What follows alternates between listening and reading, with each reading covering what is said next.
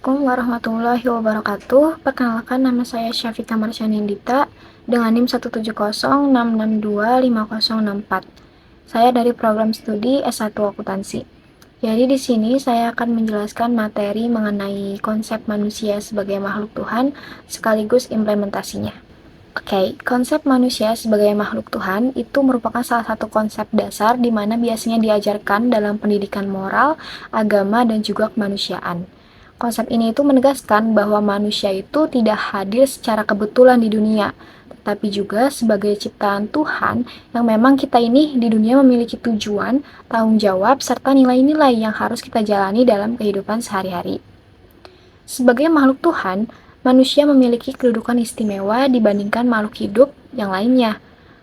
Keistimewaan tersebut itu terletak pada pemberian akal, hati nurani, dan juga emosi yang kita rasakan, di mana akal memungkinkan kita untuk berpikir, menganalisis, dan juga memecahkan masalah. Hati nurani membantu kita untuk membedakan nih mana yang benar dan mana yang salah. Dan sementara emosi itu membuat kita merasa berbagai perasaan, kalau misalnya kayak senang, sedih, itu kita bisa merasakan. Tapi keistimewaan ini juga menjadi tanggung jawab buat kita, dimana kalau kita punya rasa emosi, berarti kita juga harus tahu nih gimana cara mengendalikan emosi kita ini. Dalam kehidupan sehari-hari, manusia sering dihadapkan dengan yang namanya berbagai situasi yang mungkin memicu emosi negatif ya. Kayak marah, kecewa, dan juga stres gitu ya. Bagi sebagai anak kuliahan, itu pasti kalau kita dihadapkan tugas yang banyak, tugas yang susah, itu kan benar-benar kita merasakan banget tuh rasa emosinya. Jadi sebagai makhluk Tuhan, kita itu diharapkan untuk tidak bertindak berdasarkan emosi semata. Melainkan kita juga harus bisa mengendalikan diri nih, agar tetap berpikir jernih. Tadi kita udah dikasih akal, kita juga bisa dikasih untuk merasakan emosi. Nah, dari kita merasakan emosi ini, kita harus tahu mengendalikannya supaya kita bisa memakai akal kita dengan jernih gitu.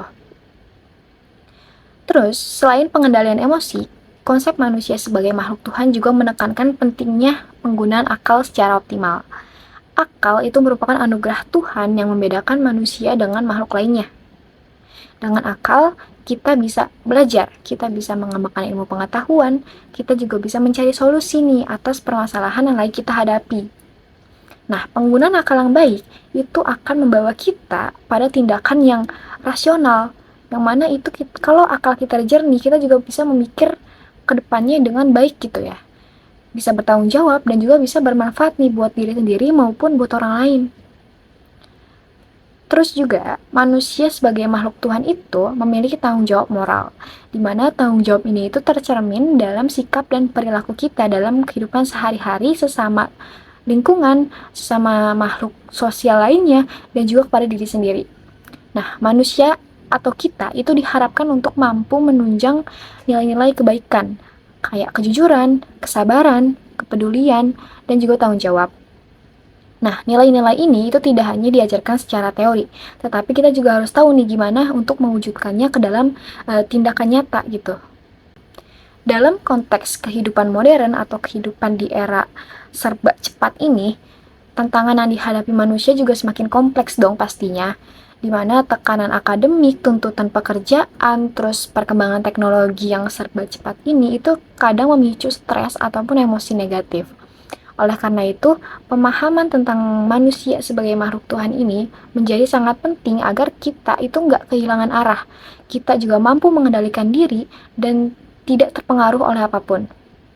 Dengan kesadaran kita sebagai manusia ciptaan Tuhan, itu kita diharapkan untuk bisa mampu menghadapi tantangan hidup dengan sikap yang lebih sabar, rasional, bijaksana, dan juga bertanggung jawab. Dengan demikian, konsep manusia sebagai makhluk Tuhan mengajarkan bahwa manusia itu bukan hanya makhluk biologis, tetapi juga makhluk bermoral dan berakal. Kita sebagai manusia itu diharapkan untuk mampu mengendalikan emosi, menggunakan akal pikiran secara bijak, secara rasional, dan juga menjalani kehidupan sesuai dengan nilai-nilai ketuhanan. Oke, lebih lanjut saya akan menjelaskan beberapa implementasi konsep manusia sebagai makhluk Tuhan dalam kehidupan sehari-hari. Salah satu bentuk implementasinya yaitu sikap saling membantu antar sesama manusia. Ketika seseorang menolong orang lain yang sedang mengalami kesulitan, hal itu menunjukkan adanya empati dan rasa kemanusiaan yang kita miliki. Tindakan saling membantu dan mencerminkan nilai moral yang diajarkan oleh Tuhan, yaitu hidup berdampingan dengan saling peduli dan saling menghargai. Selain kepada sesama manusia, implementasi konsep manusia sebagai makhluk Tuhan juga tercermin dalam kepedulian kita terhadap makhluk hidup lainnya, seperti hewan. Memberi makan hewan merupakan bentuk kasih sayang dan tanggung jawab manusia terhadap ciptaan Tuhan. Tindakan ini menunjukkan bahwa manusia itu tidak bersikap egois, tidak hanya mementingkan diri sendiri, melainkan menyadari bahwa semua makhluk Tuhan itu memiliki hak untuk hidup dan juga diperlakukan dengan baik. Implementasi lainnya itu dapat kita lihat dalam tindakan menjaga keselamatan dan kenyamanan orang lain, seperti yang menutupi kebocoran air dari atap agar tidak membahayakan orang yang melintas di jalan tersebut. Nah, tindakan ini menunjukkan penggunaan akal dan rasa tanggung jawab sosial, di mana manusia tidak hanya mementingkan kepentingan sendiri, tetapi juga memperhatikan dampak dari tindakannya terhadap orang lain di sekitarnya.